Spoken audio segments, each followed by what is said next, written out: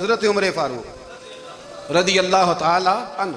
حضرت سیدنا ابو موسیٰ اشعری کہتے ہیں کہ میں نے صفائی کی، مال غنیمت کی میں نے صفائی کی تو ایک دینار مجھے کہیں پڑا ہوا مل گیا، تو فرماتے ہمیں اجازت ہوتی تھی کہ ایک آدھ دینار ہم اپنی مرضی سے کہیں خرچ کر سکتے تھے۔ اگر آپ ناراض نہ ہوں تو ہمارے ہاں جب چیئرمین صاحب ناظم صاحب ٹھیکے دیتے ہیں تو ٹھیکیدار ان کا چھوٹا بھائی ہوتا ہے یا چچا کا بیٹا ہوتا ہے یا خالہ کا بیٹا ہوتا ہے، وہ خود ناظم ہوتے ہیں اور ان کا چھوٹا بھائی ٹھیکیدار ہوتا ہے، یعنی وہ سارا کچھ گھر کے اندر ہی رہتا ہے، گھر کے اندر ایک پیسہ دیتا ہے دوسرا واپس اس کو واپس کر دیتا ہے، گھر کے اندر ہی۔ اب تو خیر ہمارے لوگ سمجھدار ہو گئے، ایک بندہ ایک سیاسی جماعت میں ہوتا ہے، دوسرا دوسری میں، اور تیسرا جس کی بھی حکومت آئی حکومت تو ہماری رہے گی نا، ایک بندہ تو ہے نا اس جماعت میں۔ یہ اچھا لوگوں نے ایک طریقہ نکالا ہے۔ تو حضرت عمر کے بیٹے گزر رہا تھا تو حضرت ابو موسیٰ اشعری کہتے ہیں میں نے صفائی کی تو ایک دینار نکلا، تو میں نے وہ ایک دینار حضرت عمر کے بیٹے کو دے دیا۔ میں نے کہا لو بیٹا اپنے چچا کی طرف سے تحفہ۔ تو گھر جا کے انہوں نے حضرت عمر کو بتایا کہ چچا نے پیسے دیے ہیں، چھوٹے بچے تھے۔ حضرت عمر نے حضرت ابو موسیٰ اشعری کو بلا لیا اور بلا کے فرمانے لگے میں تو تمہیں اپنا دوست جانتا تھا اور تم نے میری اولاد کو ہی دنیا دار بنانا شروع کر دیا، میرے بچوں کو ہی تم نے دنیا دار پیسوں پہ لگانا شروع کر دیا، میں تو تمہیں یار سمجھتا تھا۔ فرمایا تمہیں چاہیے تھا میرے بیٹے کو نصیحت کرتے کہ بیٹا پیسوں سے رب راضی نہیں ہوتا، اس کی رضا والے کام کیے جائیں تو رب راضی ہوتا ہے۔ اور فرمایا تمہیں کوئی اور گھر نہیں ملا تھا تباہ کرنے کے لیے، میرا ہی گھر ملا تھا، اٹھاؤ اپنا دینار اور خبردار آج کے بعد میرے بچوں کے ساتھ یہ والی نیکی نہ کرنا۔ اور ہمارا کیا سٹیٹس ہے، دوستی ہے ہی اس سے جو تحفے زیادہ دے، جو بچوں کو خراب کرنے میں مدد زیادہ کرے اس کے ساتھ یہ رہنا۔ حضرت عمر نے گھر پہ اور سب سے بڑھ کر اپنی ذات پہ توجہ کی۔ حضرت ابو مالک رضی اللہ تعالیٰ عنہ کہتے ہیں میں عمر کے پیچھے پیچھے ایک باغ میں گیا، اکثر اس باغ میں جایا کرتے تھے، اور عمر جا کے تو درخت کے نیچے بیٹھ گئے اور فرمانے لگے او امیر المومنین اللہ سے ڈر جا، ورنہ جس رب نے حکومت دی ہے وہ عذاب بھی بڑا دے گا، ڈر جا رب سے۔ کبھی ساری زندگی حضرت عمر نے اپنا کوئی تعارف نہیں کرایا، کبھی نہیں۔ ایک بندے نے آپ کے سامنے تعریف کر دی آپ کی تو فرمانے لگے تو خود بھی ہلاک ہوا اور مجھے بھی ہلاک کر دیا، کیا ضرورت پڑی ہے میری تعریفیں کرنے کی، اتنی دیر میری تعریف میں لگائی، اللہ کا ذکر کرتا رب تجھے ثواب دیتا، حضور پہ درود پڑھتا تو رب تیرے اوپر رحمتیں نازل کرتا، کس چکر میں ہے؟ آج جتنا اچھی کوئی خوشامد کرے اتنی اچھی وزارت ملتی ہے، جتنی اچھی اس کو جو ہے وہ چاپلوسی کرنی آئے درجہ بھی اسے اتنا ہی اچھا ملتا ہے۔ حضرت عمر فاروق رضی اللہ تعالیٰ عنہ آپ کے بیٹے کہتے ہیں، صاحب فتوح الشام نے لکھا ہے، آپ کے صاحبزادے کہتے ہیں میں نکلا تو میرے ابا جی اپنی پشت پر مشکیزہ رکھ کے کنویں سے پانی بھر کے آ رہے، میں دوڑ کے آگے گیا، میں نے کہا ابا جی مجھے دے دے۔ فرمانے لگے بیٹا تیرا کیا خیال ہے، کوئی اور نہیں تھا مشکیزہ بھر کے لانے کے لیے، تیرا کیا خیال ہے؟ کہا ابا جی بڑے لوگ تھے پر آپ کیوں اٹھا رہے ہیں؟ فرمانے لگے نفس ذرا میرا بڑا ہو گیا تھا، اسے ذرا ذلیل کر رہا ہوں، ذرا اپنا محاسبہ کر رہا ہوں، یہ مجھے کہہ رہا تھا تو بڑی چیز ہے، تو میں ابھی مشکیزہ گھر رکھ کے آؤں گا، پھر تیری ماں نے مجھے کہا ہے کہ گھر میں لکڑیاں کوئی نہیں جلانے کے لیے، پھر میں جنگل سے لکڑیاں کاٹ کے لاؤں گا۔ اب میں امیر المومنین بن کے تو میرا نفس تھوڑا بڑا ہو گیا۔ اب یقین کریں ہمارا آزما خراب ہو جاتا ہے جب تک ہمارا تعارف صحیح نہ ہو، ہمارا تعارف ٹھیک نہ ہو، میں یہ ہوتا ہوں میں وہ ہوتا ہوں، چھوڑ مٹی دیں تے مٹی رہنا ہی، مٹی دیں تے مٹی دیں تے مٹی رہنا ہی، ایویں کادی بلے بلے اج مٹی دے اتے بندیا تے کل مٹی دے تھلے، مٹی دیں تے مٹی رہنا ہے، کادی بلے، مجھے پوچھ لو مجھے جان لو میرا نام لے لو، میں بھی آیا ہوں، میں بھی ہوتا ہوں، میرا بھی یہ تذکرہ ہے، میں بدکار پرانا خادم کسے در ملی نہ ڈھوئی، اے تے واصف یار نے نظر جو کی تھی تے واصف واصف ہی ہوئی۔ یہ تو بڑی بات کی بات ہے، تو بات کی بات ہے صاحب، ورنہ من نانم کے من نانم، جو ہم ہیں اس کا ہمیں پتہ تو ہے نا بھائی۔ کبھی بھی یہ جو ذات کا چکر ہے نا میں بھی ہوں مجھے بھی، او بھائی یاد رکھو میں کون ہوں، یہ جو نام نمود اور یہ خواہشیں اور یہ جو وقار یہ تو کمزور لوگوں کا طریقہ ہے، جس کو اپنا تعارف کرانا پڑ گیا اس سے بھی زیادہ کمزور کوئی ہے، فوٹو میں دکھاتا پھرتا ہے فلانے کے ساتھ فوٹو فلانے، تو کمزور بندے یہ کام کرتا۔ حضرت عمر فاروق اللہ اکبر، حضرت عمر جیسا بندہ 24 لاکھ مربع میل کا حکمران، اور شاہ روم کو خط لکھ کے کہتا ہے میں منت نہیں کرتا میں حکم دیتا ہوں، اتنا تگڑا بندہ۔ جنگ قادسیہ کے لیے حضرت سعد بن ابی وقاص کو بھیجا، فتوح الشام پڑھ کے دیکھیں، حضرت عمر بڑے پریشان ہیں، اتنے دن ہو گئے کوئی رپورٹ ہی نہیں آئی، اب تو موبائل ہے نا، ایک منٹ کی رپورٹ لیں آپ، بلکہ آپ ایک منٹ کی فوٹو لیں آپ، رپورٹ تو دور رہ گئی۔ حضرت عمر فاروق رضی اللہ تعالیٰ عنہ بڑے پریشان ہیں کہ قادسیہ میں حضرت سعد بن ابی وقاص کے ساتھ لوگ جہاد کرنے گئے، رپورٹ کوئی نہیں آ رہی۔ اتنے پریشان تھے کہ باہر نکل کے نا اس رستے پہ بیٹھ جاتے جو رستہ قادسیہ کی طرف سے آتا تھا، اس جو بھی آتا جاتا پوچھتے جنگ کے کیا حالات ہیں۔ ادھر جب اللہ نے فتح دے دی نا تو حضرت سعد بن ابی وقاص رضی اللہ تعالیٰ عنہ نے نا ایک قاصد کو خط دے کے بھیجا، کہنے لگے عمر کے پاس جاؤ، انہیں اطلاع دو کہ الحمدللہ اللہ نے اسلام کو فتح عطا کر دی۔ یہ حضرت عمر کو جا کے دینا، وہ بڑے پریشان ہوں گے۔ وہ جو اس زمانے میں اس طرح ہوتا تھا کہ کئی دور دور سے صحابہ جو دوسرے شہروں کے ملکوں کے رہنے والے ہوتے تھے وہ بھی آ کے شامل ہو جاتے تھے جہاد میں۔ کوئی ایک دفعہ مدینے آیا، کوئی 2 دفعہ آیا، پھر اپنے اپنے علاقوں میں بہت سارے لوگوں نے زیادہ دفعہ حضرت عمر کو دیکھا بھی نہیں تھا۔ وہ جو قاصد خط لے کے آیا تھا نا اس نے 1 دفعہ دیکھا تھا، حضرت عمر بوڑھے ہو گئے، وہ پہچانتا نہیں تھا۔ میری بات کی سمجھ آ رہی ہے آپ حضرات کو؟ ادھر سے وہ خط لے کے آ گیا، حضرت عمر مدینے سے باہر نکل کے اس روڈ پہ بیٹھے تھے جو قادسیہ سے آتا تھا۔ جب وہ اس آدمی کو آتے دیکھا تو حضرت عمر اٹھ کے کھڑے ہو گئے، فرمانے لگے قادسیہ سے آ رہے ہو؟ وہ کیا کہتا ہے؟ پھٹے پرانے کپڑے، ٹوٹے ہوئے جوتے، سر پہ پرانی پگڑی، کہنے لگے غلام مدینے کے رہنے والے ہو؟ حضرت عمر کہنے لگے ہاں مدینے کا ہوں۔ کہا میں قادسیہ سے آیا ہوں، الحمدللہ اللہ نے اسلام کو فتح دے دی ہے، الحمدللہ کفر کی کمر ٹوٹ گئی ہے۔ اس نے یہ بات کر کے تو گھوڑے کو ایڑی لگائی، گھوڑا دوڑنے لگا مدینے کے، حضرت عمر بھی ساتھ ساتھ دوڑ رہے، فرمانے لگے اچھا بتاؤ خالد بن ولید کا کیا حال ہے؟ تھوڑا آگے جا کے فرمانے لگے اسامہ بن زید کیسے ہے؟ وہ کہتے ہیں ٹھیک ہے۔ پھر اس نے اور گھوڑا، عمر ساتھ ساتھ دوڑ رہے ہیں، ساتھ ساتھ 24 لاکھ مربع میل کا حکمران، ایک جوتا پیر سے نکل گیا، عمر دوڑ رہے ہیں۔ آگے جا کے پوچھتے ہیں سعد بن ابی وقاص کا کیا حال ہے؟ کہا حضور وہ بھی ٹھیک ہے۔ کتنے لوگ میرے شہید ہو گئے مسلمانوں میں سے؟ کہنے لگا صحیح گنتی کا نہیں پتا، یہ لفظ ادا ہوتے ہوتے مدینے کی سرحد آ گئی۔ لوگوں نے عمر کو گھوڑے کے ساتھ دوڑتے دیکھا تو کہا امیر المومنین کیوں دوڑ رہے ہیں؟ وہ غلام چھلانگ لگا کے نیچے آیا، قدموں میں بیٹھ گیا، کہنے لگا حضور آپ نے بتایا ہی نہیں آپ امیر المومنین ہیں۔ آپ فرمانے لگے کیا بتاتا؟ میں تو اونٹ چرانے والے کا پتر ہوں، کیا بتاتا؟ وہ عمر ہوں جس نے اپنے گناہوں کا حساب دینا ہے، کیا بتاتا؟ جو سعد بن ابی وقاص کو جہاد پہ بھیج کے خود بزدلوں کی طرح گھر میں بیٹھا ہے، کیا بتاتا؟ کوئی حیثیت نہیں، کوئی تار، تو نے اچھا کیا، تو تو مجاہد تھا، مجھے ساتھ ساتھ دوڑایا، تو نے اچھا کیا۔ جتنے لوگ تھے چیخیں مار کے رونے لگے۔ حضرت فاروق اعظم سے کہنے لگے عمر جب تک تیرے جلوے رہیں گے اللہ کامیابیاں ہی عطا فرمائے گا، جب تک تیرا رنگ رہے گا اللہ تعالیٰ نوازتا ہی رہے گا۔ کچھ نہیں، کبھی اپنا آپ ظاہر ہی نہیں کیا۔ بہت بڑے تھے، بہت بڑے تھے حضرت عمر، بڑے تھے، لیکن ساری زندگی اپنے محاذ۔ حضرت ابو رافع غلام تھے، قرآن پاک بڑا سونا پڑھتے تھے۔ حضرت عمر جب بھی انہیں ملتے کہتے ابو رافع تو عمر سے اچھا ہے، قرآن بڑا شاندار پڑھتا ہے۔ تو وہ کہتے حضور اگر میں قرآن صحیح پڑھتا ہوں تو آپ کو قرآن کی تشریح زیادہ صحیح آتی ہے، آپ بھی تو مجھ سے افضل ہیں۔ تو آپ فرماتے نہیں پھر بھی تو مجھ سے افضل ہے۔ کیوں؟ اس لیے کہ تو اپنے غلام اپنے آقا کی نوکری بھی ٹھیک کرتا ہے اور رب کی عبادت بھی ٹھیک کرتا ہے، اور مجھے خالی صرف عبادت کرنی ہوتی ہے وہ بھی ٹھیک نہیں کر پاتا۔ ساری زندگی اپنا محاسبہ، ساری زندگی اپنے گریبان میں دیکھا، ساری زندگی اپنے آپ کو پرکھا، اپنے آپ کو ٹٹولا۔ 62 سال عمر بیت گئی۔ حضرت حذیفہ بن یمان ایک صحابی تھے، میرے نبی کریم علیہ السلام نا ان سے راز کی باتیں کرتے تھے۔ ہر بندے کا ہاضمہ ٹھیک نہیں ہوتا، سب سے راز کی بات نہیں کرنی چاہیے۔ حضرت حذیفہ بن یمان کہتے ہیں حضور راز کی باتیں بتاتے ہیں۔ مدینہ منورہ میں جو منافقین تھے ان کی لسٹ بھی نبی پاک نے حضرت حذیفہ بن یمان کو دی تھی۔ جب کوئی مشکوک آدمی مر جاتا نا تو صحابہ کہتے ہیں ہم دیکھتے اگر حضرت حذیفہ نے جنازہ پڑھا ہے تو ہم بھی جنازہ پڑھ لیتے۔ نبی پاک نے بھی کچھ جنازے نہیں پڑھے، ترمذی میں ہے، فرمایا عثمان سے جو بغض رکھے اس کا جنازہ نہیں پڑھیں گے۔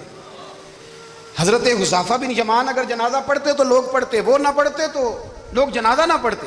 حضرت حذیفہ بن یمان کہتے ہیں جناب عمر فاروق کی خلافت کے آخری ایام تھے، کچھ دنوں کے بعد وہ شہید ہو گئے۔ فرماتے آدھی رات کا وقت تھا، میں گھر میں سویا تھا بڑا بے فکر، اچانک میرے دروازے پہ دستک ہوئی، میں گھبرا کے اٹھا، اتنی رات کو کون آیا؟ کہتے ہیں قربان جاؤں، دروازے پہ گیا تو امیر المومنین فاروق اعظم دروازے پہ۔ میں نے کہا عمر کوئی حکم تھا تو مجھے بلا لیتے۔ کہنے لگے میں نا امیر بن کے نہیں آیا، تیرا ویر بن کے آیا ہوں۔ امیر المومنین کی حیثیت سے سرکاری کام سے بلاتا تو وہاں بلاتا، مجھے ایک ذاتی کام پڑ گیا۔ کہتے ہیں میں نے عمر کو گھر کی اندر بلا کے چارپائی پہ بٹھایا، میں نے کہا حضور میں غریب آدمی میں کیا آپ کے کام آ سکتا ہوں؟ تو کہتے ہیں انہوں نے نا مجھے ساتھ بٹھا لیا، پھر میرا ہاتھ پکڑ لیا، کہنے لگے تو عمر کو جانتا ہے؟ عمر جھوٹ نہیں بولتا. تو جانتا ہے؟ عمر وعدوں کا پکا ہے. کہا حضور جانتا ہوں. کہا میں اس وقت آیا ہوں جب دیکھ بھی کوئی نہیں رہا. حضرت حذیفہ بن یمان کہتے ہیں پریشان ہو گیا، حضور پہلیاں نہ بجھوائے، مہربانی کریں بتائیں کدھر آئے ہیں. تو حضرت عمر فاروق فرمانے لگے 62 سال کا ہو گیا ہوں، 63 میں چل رہا ہے، داڑھی سفید ہو گئی ہے، پھل پک گیا، اٹھ فریدہ ستیا، داڑھی آ گئی پور، اگا نیڑے آ گئی، پیچھا رہ گیا دور. اب قبر اشر کا معاملہ صاف نظر آنے لگا ہے. کہا حضور مجھ سے کیا چاہتے ہیں؟ حضرت عمر رو پڑے، کہنے لگے آج میں عشاء کے بعد نکلا ہوں تو نبی پاک کے صحابہ مجھے نیک کہہ رہے تھے، پھر میں نے بچوں کی ماں سے اور بچوں سے بھی پوچھا ہے، وہ بھی مجھ سے راضی ہیں. اور حذیفہ تیرے ساتھ نبی پاک راز کی باتیں کرتے تھے، سچ بتا کہیں عمر کا نام منافقوں میں شامل تو نہیں؟ سچ بتا ان منافقین میں تو شامل نہیں، کہیں اوپر سے تو نہیں سارا کچھ؟ حضرت حذیفہ بن یمان کہتے ہیں میں باپ کے مرنے پہ اتنا نہیں رویا جتنا عمر کے سوال پہ رویا. میں قدموں میں بیٹھ گیا، میں نے کہا نہیں عمر یہ تو میں نے نہیں سنا، لیکن یہ میں نے نبی پاک سے ضرور سنا ہے کہ میرے بعد اگر کوئی نبی ہوتا تو عمر ابن خطاب ہوتا. یہ میں نے اپنے کانوں سے سنا ہے کہ عمر جس گلی سے گزرے شیطان راستہ بدل جاتا ہے. یہ میں نے اپنے کانوں سے سنا ہے کہ 950 سال حضرت جبریل جناب عمر کی شان بیان کریں تو پھر بھی بیان نہیں ہو سکتا. یہ میں نے ضرور سنا. دوستو ساری زندگی حضرت عمر نے اگر دوسروں کا محاسبہ کیا تو اپنا اور اپنے بچوں کا بھی کڑا خیال رکھا، اپنی ذات پر بڑی توجہ دی. جو لوگ اپنا بھول جاتے ہیں نا، ہمیں اپنی صحت کا بڑا خیال ہے لیکن اپنی روحانی زندگی کا کوئی خیال نہیں ہے، قلبی زندگی کا کوئی تصور نہیں ہے. آپ یقین کریں موٹا آدمی کمزور ہونے کے لیے جدوجہد کر رہا ہے، کمزور طاقتور ہونے کے لیے، لیکن جس کو کتنے دن بیت گئے اللہ رسول کی یاد میں رویا ہی نہیں، کتنے دن بیت گئے نہ سننے کو دل ہی نہیں چاہا، جسے مہینوں بیت گئے اور قرآن پاک کی طرف نظر ہی نہیں گئی، وہ فکر مند ہی نہیں. زندگی زندہ دلی کا نام ہے، مردہ دل کیا خاک جیا کرتے ہیں. بھائی حضرت عمر کی زندگی دور حاضر میں ہمیں یہ سبق دیتی ہے کہ کڑی نگرانی رکھو اپنے پودوں کی، کڑا خیال رکھو اپنے ذاتی باغ کا، اور یہ جو تمہارے دل کی دنیا ہے، یہ تمہاری روح کی زندگی ہے، اس کا محاسبہ کرتے رہو. نبی کریم علیہ السلام نے فرمایا اپنا حساب خود کر لو قبل اس کے کہ تمہارا حساب کیا جائے. اپنا حساب بولیے، اپنا حساب. ہم ساری دنیا کا حساب کرتے پھرتے ہیں، کوئی کہاں سے کماتا ہے کہاں کھاتا ہے، پر اپنا حساب حضور نے فرمایا حساب کر لو قبل اس سے کہ تمہارا حساب. مولا علی فرماتے ہیں نماز پڑھ لو قبل اس کے کہ تمہاری نماز پڑھی جائے. یہ بڑا عجیب معاملہ ہے کہ ہم جتنے لوگ ہیں ہمارا معیار یہ ہے کہ سامنے والا غلط ہے اور میں ٹھیک. یعنی دوسرے کا بچہ گلی میں نظر آ جائے تو اس کی غلطیاں نکلنی شروع ہو جائیں گی، اور میرا بچہ سارا شہر گھوم آئے ایک ٹائر پہ موٹر سائیکل پہ، تو ہم کہتے ہیں کہ ابھی بچہ ہے، انشاءاللہ سیانا ہو جائے گا. اگر ابا جی آج تک سیانے نہیں ہوئے کہ اس کو سمجھا لیں، تو پھر بیٹے کا سیانا ہونا تو ہو سکتا ہے کہ وہ 60-70 سال لگ ہی جائیں. گھر کے اندر جب تک توجہ نہیں ہوتی، اور سب سے پہلے جب تک اپنی ذات پر توجہ نہیں ہوتی، تو والد کا جب تک کردار بچے نہیں دیکھتے جب تک، اتنی دیر تک ان کا تبدیل ہونا ممکن نہیں ہوتا. حضرت عمر فاروق رضی اللہ تعالیٰ عنہ نا باہر والوں کا بھی بڑا سخت حساب کرتے تھے. بڑا ایک گورنر صاحب نے لباس بڑا شاندار پہننا شروع کر دیا تھا، تو حضرت عمر نے اتروا کے نا تو انہیں ٹاٹ کا لباس پہنا کے تو اونٹ چرانے کی ڈیوٹی دے دی تھی. اتنا سخت احتساب کرتے.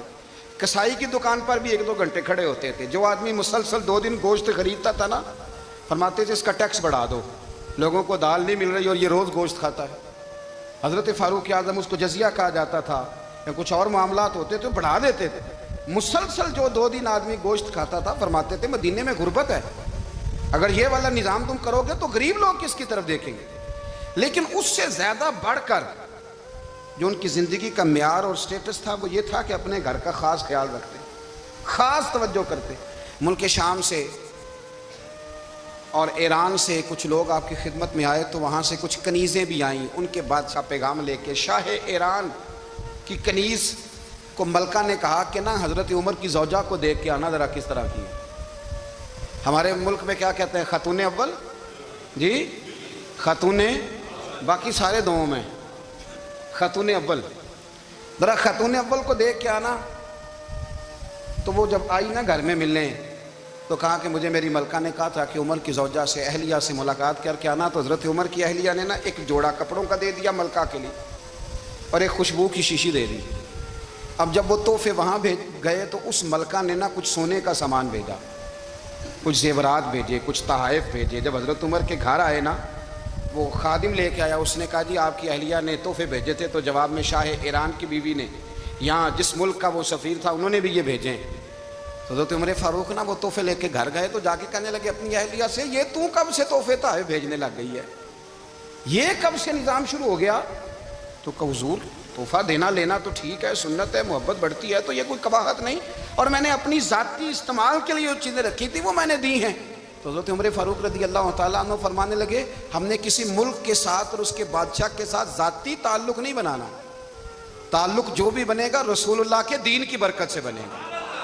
ذاتی رشتے نہیں ہم نے قائم کرنے, ذاتی. آپ کے ملک کی جو ایئر لائن جس کا ہر سال خسارے کا ڈنڈورا پیٹا جاتا ہے نا, وہ ہمارے بادشاہ صاحب اور صدر صاحب اگر غیر ملکیوں کو گھوڑا کبھی بھیجنا ہو نا, گھوڑا, تو پورا ایک جہاز گھوڑا لے کے تحفے میں جاتا ہے, پورا جہاز. غریب قوم کا یہ سرمایہ, اور قوم بڑی بادشاہ ہے, لائنوں میں لگ کے ووٹ دیتی ہے. دو کام ہمیشہ لائن میں لگ کے کرنے, ایک بل لائن میں لگ کے جمع کرانا ہے اور ایک ووٹ لائن میں لگ کے, تاکہ پھر پورے 5 سال لائن میں ہی لگے رہیں. مرضی سے آپ ووٹ دینا, پر جو بات درست ہے اس کو سنو. حضرت عمر فاروق رضی اللہ تعالیٰ عنہ نے اپنی اہلیہ سے پوچھا کتنے کا تھا وہ تیرا جوڑا اور خوشبو کی شیشی؟ انہوں نے کہا 3 دینار کی. فرمایا یہ 3 دینار تیرے, اور باقی جو تحفے آئے ہیں وہ تو خود کہہ, چونکہ اس نے تیرے نام بھیجے ہیں, تو کہہ کہ میں مال غنیمت میں دیتی ہوں, تو کہہ میں مسلمانوں کو کہہ. تو زوجہ ہنس پڑی, کہنے لگی میں نام بھی کہوں تو مجھے کہنا تو پڑے گا ہی, کہنا تو میں نے ہے ہی, کیونکہ سامنے عمر فاروق ہیں, لہذا فرمایا کہہ دیتی ہوں میں نے دیا خزانے کو. حضرت عمر نے جمع کرا لیا. میں یہ کیا بات ہوئی, میرے گھر والے جو مرضی کریں, ان کا معیار زندگی جس طرح کا مرضی ہو. اور حضرت عمر ایک جملہ کہا کرتے تھے, اللہ کرے کہ یہ باتیں اس دور حاضر میں ہماری سمجھ میں آئیں. حضرت عمر فاروق رضی اللہ تعالیٰ عنہ اپنے بچوں کو فرمایا کرتے تھے کہ بہت آدمی کو بھوک لگی ہو نا, اور پھر اس کی پسند کا کھانا پکا ہو, جتنے شوق سے وہ اس کھانے کو دیکھتا ہے نا, فرمایا اس طرح پوری قوم اپنے بادشاہوں کے خاندان کو دیکھتی ہے, اس تیزی کے ساتھ دیکھتے ہیں کہ ان کے گھر میں کیا ہو رہا ہے, ان کا معیار زندگی کیا ہے, ان کا سٹیٹس کیا ہے. سیدنا فاروق اعظم رضی اللہ تعالیٰ عنہ نے اپنے گھر کے اندر اپنے بچوں, آپ کے بچے دونوں کاروبار کے لیے مصر گئے, تو وہاں کے گورنر صاحب نے لوگوں سے, ایک بہت بڑا قافلہ گیا مدینے سے مصر تجارت کے لیے, جاتے ہیں نا آج بھی قافلے کئی ملکوں میں, تو یہ گئے تجارت کے لیے. تو حضرت عبداللہ ابن عمر, حضرت عبید اللہ ابن عمر, حضرت عمر کے دونوں بیٹے گئے. جناب عمر فاروق کے بچے جب وہاں پہنچے تو مصر کے گورنر نے نا لوگوں کو تعارف کرایا کہ یہ عمر فاروق کے بیٹے ہیں, یہ حضرت یہ چودھری کے بیٹے کو کون بتاتا ہے کہ تو چودھری کا بیٹا ہے؟ باہر والے بتاتے ہیں, گھر والے جی. اور سیٹھ صاحب کے بیٹے کو کون بتاتا ہے کہ تو سیٹھ صاحب کا بیٹا ہے؟ اور مالک کو کون بتاتا ہے کہ تو مالک کا بیٹا ہے اور یہ کرایہ دار ہے؟ یہ کون بتاتا ہے؟ یہ سوچ ہم دیتے ہیں بچوں کو. چودھری اور کمی کی سوچ, امیر اور غریب کی سوچ, مالک اور کرایہ دار کی سوچ, گھر کے مالک کی اور کام کرنے والے کی سوچ, یہ ہم دیتے ہیں. یاد رکھنا, یہ ہم دیتے ہیں, یہ ہمارا مزاج ہے, یہ باہر سے نہیں آتی. تو کوئی شہزادہ ہے, تو سیٹھ ہے, تو نواب ہے, یہ سوچ باہر سے نہیں آتی. یہ اماں سوچ دیتی ہے, اماں, یہ ابا سوچ دیتا ہے. اور پھر جب تباہی اترتی ہے تو اس کے ذمہ دار بھی باہر والے نہیں ہوتے, گھر والے ہوتے ہیں, گھر والے. ہمارے بچوں کی طبیعتوں پر زیادہ نقش باہر والوں کا نہیں ہوتا, گھر والوں کا ہوتا ہے, یاد رکھیے گا. حضرت عمر فاروق رضی اللہ, بچے ہیں, شہزادے ہیں, وہ کاروبار کرنے گئے, اور وہاں لوگوں نے بتایا گورنر صاحب نے کہ یہ فاروق اعظم کے بچے امیر المومنین کے. لوگوں نے ان سے زیادہ مال خریدا, تجارت میں زیادہ نفع ہوا. ظاہر ہے کہ وہ آپ کے جو اللہ خیر کرے حکمران ہیں, ان کے کاروبار کتنے ملکوں میں ہیں, کس بنیاد پر ہیں؟ وہ صرف اس بنیاد پر کہ وہ حکمران رہے, ان کے لیے آسان تھا بڑے لوگوں سے تعلقات بنانا. حضرت عمر فاروق رضی اللہ تعالیٰ عنہ کے بچے ڈھیروں مال کما کے جب واپس آئے نا, تو حضرت عمر سے آ کے بچوں نے بطور محبت کا, ابا جی اللہ نے بڑا ہی فضل کیا ہے, بڑا مال کمایا الحمدللہ, یہ دیکھیں کتنا نوازا ہے. تو حضرت عمر کہنے لگے سارے قافلے نے اتنا ہی کمایا ہے, سارے قافلے نے اتنا ہی کمایا ہے؟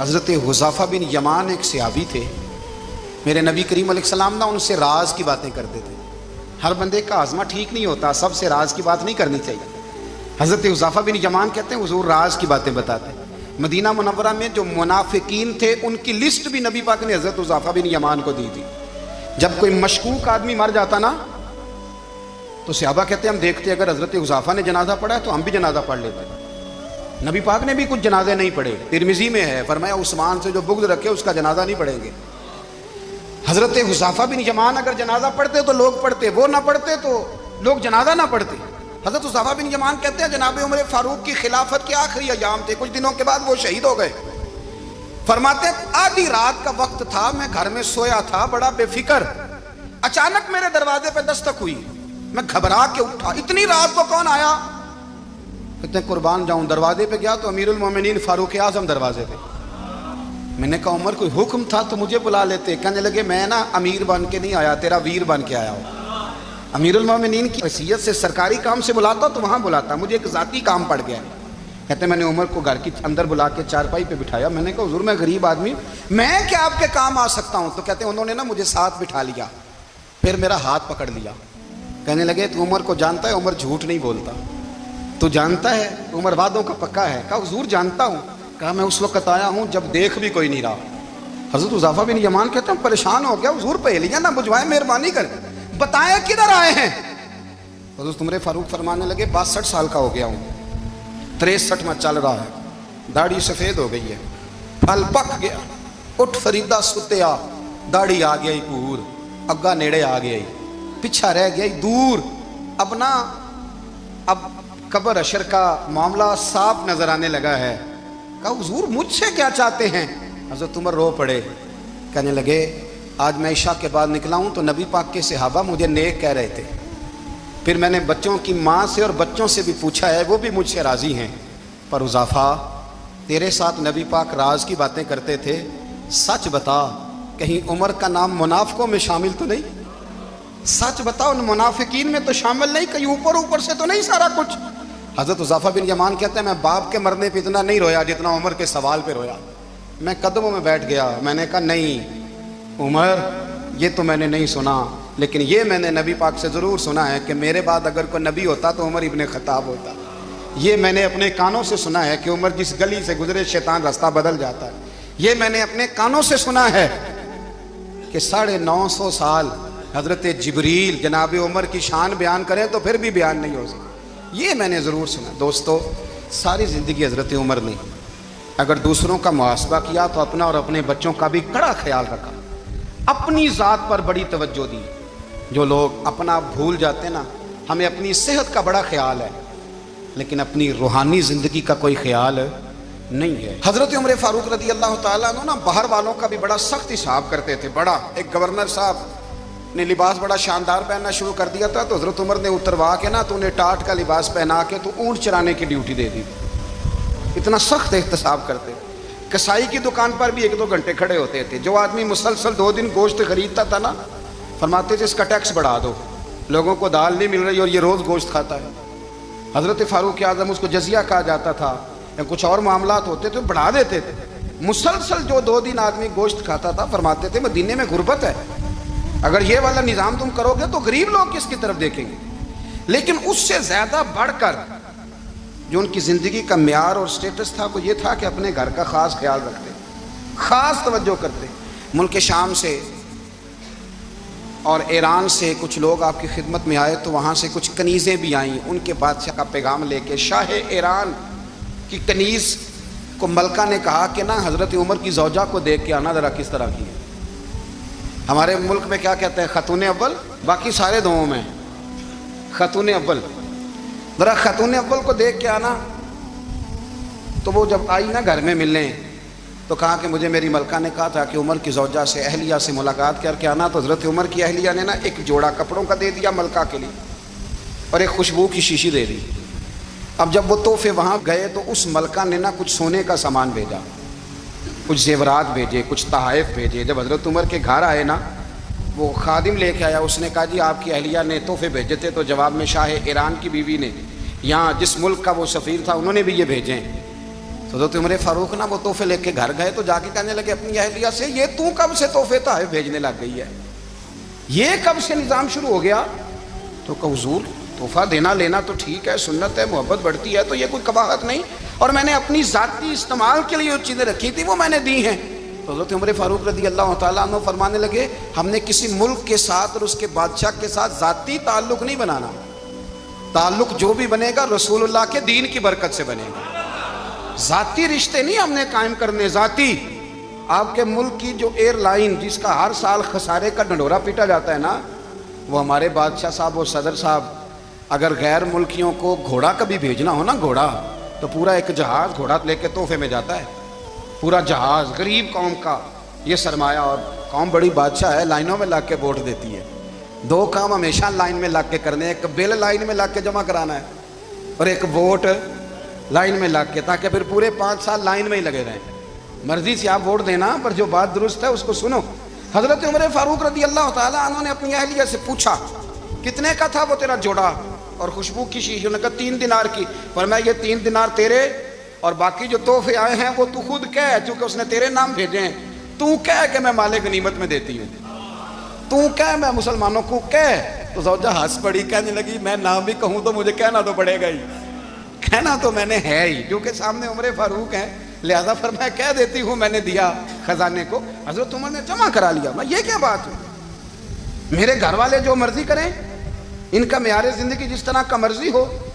اور حضرت عمر ایک جملہ کہا کرتے تھے, اللہ کرے کہ یہ باتیں اس دور حاضر میں ہماری سمجھ میں آئیں. حضرت عمر فاروق رضی اللہ تعالیٰ عنہ اپنے بچوں کو فرمایا کرتے تھے کہ بہت آدمی کو بھوک لگی ہو نا, اور پھر اس کی پسند کا کھانا پکا ہو, تو اتنے شوق سے وہ اس کھانے کو دیکھتا ہے نا, فرمایا اس طرح پوری قوم اپنے بادشاہوں کے خاندان کو دیکھتی ہے, اس تیزی کے ساتھ دیکھتے ہیں کہ ان کے گھر میں کیا ہو رہا, ان کا معیار زندگی کیا ہے, ان کا سٹیٹس کیا ہے.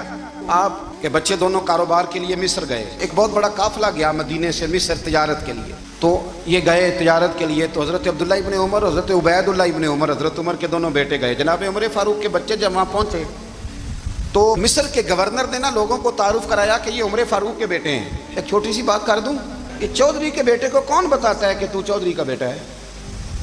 باہر والے بتاتے ہیں, گھر والے. اور سیٹھ صاحب کے بیٹے کو کون بتاتا ہے کہ تو سیٹھ صاحب کا بیٹا ہے؟ اور مالک کو کون بتاتا ہے کہ تو مالک کا بیٹا ہے اور یہ کرایہ دار ہے؟ یہ کون بتاتا ہے؟ یہ سوچ ہم دیتے ہیں بچوں کو. چودھری اور کمی کی سوچ, امیر اور غریب کی سوچ, مالک اور کرایہ دار کی سوچ, گھر کے مالک کی اور کام کرنے والے کی سوچ, یہ ہم دیتے ہیں. یاد رکھنا, یہ ہم دیتے ہیں, یہ ہمارا مزاج ہے, یہ باہر سے نہیں آتی. تو کوئی شہزادہ ہے, تو سیٹھ ہے, تو نواب ہے, یہ سوچ باہر سے نہیں آتی. یہ اماں سوچ دیتی ہے, اماں, یہ ابا سوچ دیتا ہے. اور پھر جب تباہی اترتی ہے تو اس کے ذمہ دار بھی باہر والے نہیں ہوتے, گھر والے ہوتے ہیں, گھر والے. ہمارے بچوں کی طبیعتوں پر زیادہ نقش باہر والوں کا نہیں ہوتا, گھر والوں کا ہوتا ہے. یاد رکھیے گا. حضرت عمر فاروق رضی اللہ, بچے ہیں, شہزادے ہیں, وہ کاروبار کرنے گئے اور وہاں بتایا گورنر صاحب نے کہ یہ فاروق اعظم کے بچے ہیں, امیر المومنین کے. لوگوں نے ان سے زیادہ مال خریدا, تجارت میں زیادہ نفع ہوا. ظاہر ہے کہ وہ آپ کے جو اللہ خیر کرے حکمران ہیں, ان کے کاروبار کتنے ملکوں میں ہیں, کس بنیاد پر ہیں؟ وہ صرف اس بنیاد پر کہ وہ حکمران رہے, ان کے لیے آسان تھا بڑے لوگوں سے تعلقات بنانا. حضرت عمر فاروق رضی اللہ تعالیٰ عنہ کے بچے ڈھیروں مال کما کے جب واپس آئے نا, تو حضرت عمر سے آ کے بچوں نے بطور محبت کا, ابا جی اللہ نے بڑا ہی فضل کیا ہے, بڑا مال کمایا الحمدللہ, یہ دیکھیں کتنا نوازا ہے. تو حضرت عمر کہنے لگے سارے قافلے نے اتنا ہی کمایا ہے, سارے قافلے نے اتنا ہی کمایا ہے؟ تو حضور نہیں, سارے قافلے نے اتنا نہیں کمایا, سب کو اتنا نہیں ملا. وہ تو وہاں گورنر صاحب نے لوگوں کو تعارف کرایا تھا کہ یہ عمر کے بچے ہیں, تو لوگوں نے پھر ہم سے بڑا ہی خریدا. تو حضرت عمر فرمانے لگے ٹھیک ہو گیا, میں بات سمجھ گیا, اس طرح کرو جو تمہاری اصل زر تھی نا, جو راز تھی, وہ رکھ لو اور باقی سارا مال خزانہ میں جمع کرا دو. اس لیے کہ یہ تم نے تجارت نہیں کی, یہ تم نے اپنے باپ کا نام بیچا ہے, یہ تم نے امیر المومنین کے بیٹے ہونے کا فائدہ اٹھایا ہے. فرمایا یہ تمہارا نہیں حق, یہ مسلمانوں کا ہے, اس لیے کہ یہ مال تم نے محنت سے نہیں کمایا, یہ باپ کی کرسی کا فائدہ اٹھایا ہے. اور فرمایا اگر تم نے مال جمع نہ کرایا تو میں مال بھی لے لوں گا زبردستی اور کوڑے بھی ماروں گا, ڈبل سزا دوں گا. مرضی سے جمع کراؤ گے تو کوڑوں سے بچ جاؤ گے. بڑے بیٹے نے تو جمع کرا دیا, تو چھوٹا تھوڑا پریشان ہوا, تو حضرت عبداللہ ابن عمر چھوٹے بھائی کا ماتھا چوم کے کہنے لگے بیٹے چپ کر کے جمع کرا، یہاں بھی فخر کر کے ہم عمر کے بیٹے ہیں اور قیامت میں بھی فخر کریں گے کہ ہم فاروق اعظم کے بیٹے ہیں۔ یہاں بھی ناز کریں گے اور وہاں بھی ناز کریں گے کہ عمر کے بچے ہیں۔ ہمارے باپ نے خود بھی حلال ہی کھایا ہے اور جب ہماری کمانے کی باری آئی ہے تو ہمیں حکم بھی حلال کھانے کا دیا۔ بھائی ہمارا مزاج نہیں۔ بچہ جب لے کے آتا ہے 2 لاکھ روپیہ تو کبھی پوچھا کہاں سے آیا ہے؟ جب وہ پہلے دن غلط دوستوں کے پاس جا کے بیٹھتا ہے تو کبھی نکالا ہے گھر سے اسے؟ یہ بہت سارے خمیازے ہمیں اس لیے بھگتنے پڑتے ہیں کہ ہم ابتدا میں سوراخ بند نہیں کرتے، جب اس میں شگاف پڑ جاتا ہے، سیلاب آتا ہے تو ہمیں ہوش آتی ہے۔ حضرت عمر نے اپنے گھر میں نگرانی رکھی، کڑی نگرانی۔ زیادہ نماز گھر میں پڑھتے تھے حضرت عمر، نفلی نمازیں زیادہ کیوں بلا؟ میرے اصحاب مجھے حکم دیتے تھے کہ فرض نماز کے علاوہ نمازیں گھر میں پڑھنا، بچوں کو عادت پڑے گی، ذوق پیدا ہوگا، ان کو پتہ چلے گا کہ ہمارے گھر میں 5 وقت کوئی اور کام بھی ہوتا ہے۔ بھائی یاد رکھیں کہ آپ نے اگر سجدہ کرنا ہے تو بچہ لیٹ جائے گا، اسے پتہ کوئی نہیں سجدہ کیا ہے، لیکن جب گھر میں کبھی قرآن ابا جی کھول لینا، میں اکثر کہتا ہوں جب ابا جی کا موڈ بن جائے نا لیکچر دینے کا، وہ گھر میں شروع ہو جاتے ہیں، کہتے ہیں آپ لوگ نماز نہیں پڑھتے اس لیے میرے کاروبار میں برکت کوئی نہیں، تم سویرے قرآن پاک نہیں کھولتے تو میں تباہ ہو گیا ہوں۔ تو میاں آپ نے کب گھر میں قرآن پاک کھولا تھا؟ آپ نے کب نماز پڑھی؟ آپ نے کب گھر کے اندر اللہ رسول کا ذکر کیا تھا؟ آپ نے کب حدیث چھیڑی؟ آپ نے بھی تو گھر کے اندر جب بھی آپ آئے ہیں تو آپ نے وہی کچھ کیا جو دنیا دار کرتے ہیں۔ آپ بھی تو اپنا موبائل لے کے الگ کونے میں بیٹھ گئے، آپ نے بھی تو کہا ہے کہ اب تمہارے چینل ختم، اب میری مرضی والا چلے گا۔ تو جو آپ نے کیا ہے بچے بھی وہی کام کریں گے۔ آپ نے بھی گپ شپ لگائی ہے تو وہ بھی لگا رہے ہیں۔ یہ سمجھ لیں جو کام آپ کریں گے آپ اپنے بچوں کی سیرت میں اس کا جلوہ دیکھ لیں گے۔ بڑی پکی سی بات ہے کہ آپ کو بچے کی عادتیں دیکھ کے سمجھ آ جائے گی کہ میں بھی یہی کرتا تھا اور یہ بھی۔ حضرت عمر فاروق رضی اللہ تعالیٰ عنہ وصال فرما گئے تو آپ کے وصال کے بعد حضرت عثمان غنی رضی اللہ تعالیٰ عنہ نے آپ کی ایک بیوہ سے نکاح کیا، حضرت عمر کی ایک بیوہ سے۔ جب وہ آپ کے نکاح میں آئی تو کہنے لگی حضرت عثمان غنی سے کہ حضور نہ تو میں خوبصورت ہوں اور نہ میں جوان ہوں، نہ آپ کی کوئی خدمت کر سکتی ہوں، میرے ساتھ نکاح کرنا سمجھ میں نہیں آیا۔ کیا شاندار جواب دیا حضرت عثمان غنی نے، کیا خوبصورت جواب دیا۔ فرمانے لگے میں نے اس لیے نکاح نہیں کیا کہ مجھے تمہارے حسن سے دلچسپی تھی یا تمہاری خدمت کی ضرورت تھی، میں نے تو اس لیے نکاح کیا ہے کہ مجھے بتاؤ عمر فاروق گھر کے اندر اپنے رب کی عبادت کس طرح کرتے تھے، وہ قرآن پاک کس طرح پڑھتے تھے، وہ رویا کیسے کرتے تھے، استغفار کا طریقہ کیا، کس وقت کس انداز میں وہ اپنے رب کو یاد کرتے تھے۔ اس لیے کہ عمر کئی دفعہ گھر سے آتا تھا تو میں اس کے چہرے پر نور دیکھا کرتا تھا، میں روشنی دیکھتا تھا، ایک معیار دیکھتا تھا۔ نکاح اس لیے کیا ہے کہ مجھے عمر کی جو گھر کے اندر کی عبادت ہے اس سے آگاہ کرو، تاکہ عثمان غنی بھی چاہتے ہیں اس طرح کے عمل کرو جس طرح کہ عمر فاروق کر کے گئے ہیں۔ بھائی جب تک ہم اپنے گھر میں وہ توجہ نہیں دیں گے، وہ مزاج دیکھیں نا، ہمارے گھروں میں جب نقشہ پاس ہوتا ہے تو ٹی وی لان بھی اس میں ہوتا ہے، ڈرائنگ روم بھی ہوتا ہے، نماز کی جگہ بھی ہوتی ہے نقشے میں۔ صحابہ جب گھر بناتے تھے تو ایک مسجد بیت کا نقشہ پاس کرتے تھے، ذہن میں رکھتے تھے کہ یہ کونا نماز کے لیے، وہاں جوتے لے کے کوئی نہیں جائے گا، وہاں نماز پڑھی جاتی تھی، عورتیں وہاں اعتکاف کرتی تھیں۔ ٹی وی لان تو آ گیا ہے اور گھر کے اندر ٹی وی رکھنے کے لیے تو ایک کمرہ الگ سے بنا دیا گیا ہے، اور اب جو نئے نقشے پاس ہو رہے ہیں اس کے اندر گھروں کے اندر جگہ بنائی گئی ہے جہاں کمپیوٹر رکھے جائیں، اور بچوں کے لیے وائرنگ ہوگی نیچے تاکہ انہیں کوئی مشکل درپیش نہ ہو۔ یہ ساری چیزیں ہم نے نہانے کے لیے گھروں کے اندر اتنے بڑے واش روم بنائے ہیں کہ لگتا یہ ہے کہ سوائے نہانے کے اور کام ہی نہیں کوئی گھر میں ہوگا، ہر چیز آ گئی۔ پر اللہ کرے کوئی تفسیر بھی ٹیبل پہ پڑی نظر آئے، کوئی حدیث کی کتاب بھی ٹیبل پہ پڑی نظر آئے۔ اللہ کرے کہ جس طرح ابا لطیفہ سن کے آتا ہے تو جب تک سنا نہ لے اسے ہضم نہیں ہوتا، اللہ کرے کہ وہ جمعے میں بیان سن کے جائے تو اس کا بھی دل کرے میں اپنے بچوں کو سناؤں، وہ نبی پاک کی کوئی حدیث کہیں سے سنے تو گھر جا کے سنائے۔ جب تک یہ معیار نہیں بنتا آپ کیسے توقع کرتے ہیں کہ گھر کے اندر اللہ کی رحمتیں نازل ہوں گی؟ آپ یہ کیسے توقع کرتے ہیں کہ گھر کے اندر وہ معیار اور وہ مزاج بنے گا؟ حضرت عمر فاروق نے ذاتی زندگی پر جو توجہ دی، گھر والوں کے معیار پر جو توجہ دی حضرت عمر فاروق رضی اللہ تعالیٰ عنہ نے، وہ بھی بڑی دیدنی ہے۔ حضرت ابو موسیٰ اشعری کو نا آپ نے وزیر خزانہ بنایا تھا، تو حضرت ابو موسیٰ اشعری کہتے ہیں کہ حضرت عمر کو شیخ خزانے میں رہنے تو دیتے نہیں تھے۔ ایک دن میں صفائی کر رہا تھا اس کمرے کی جس میں خزانہ رہتا تھا۔ ہمارے تو ملک میں جو جاتا ہے وہ صفائی کر کے ہی جاتا ہے، اللہ خیر کرے۔ اور خیر معیار بدلتا ہے، جو پچھلی حکومت ہوتی ہے وہ قرضہ اٹھاتی ہے، وہ باہر سے جاتی ہے تو قرضہ لے کے آتی ہے، اور جو نہیں آتی ہے وہ کہتی ہے ہمیں پیکج مل گیا ہے، وہ قرضہ نہیں اٹھاتے، ان کو کیا ملتا ہے؟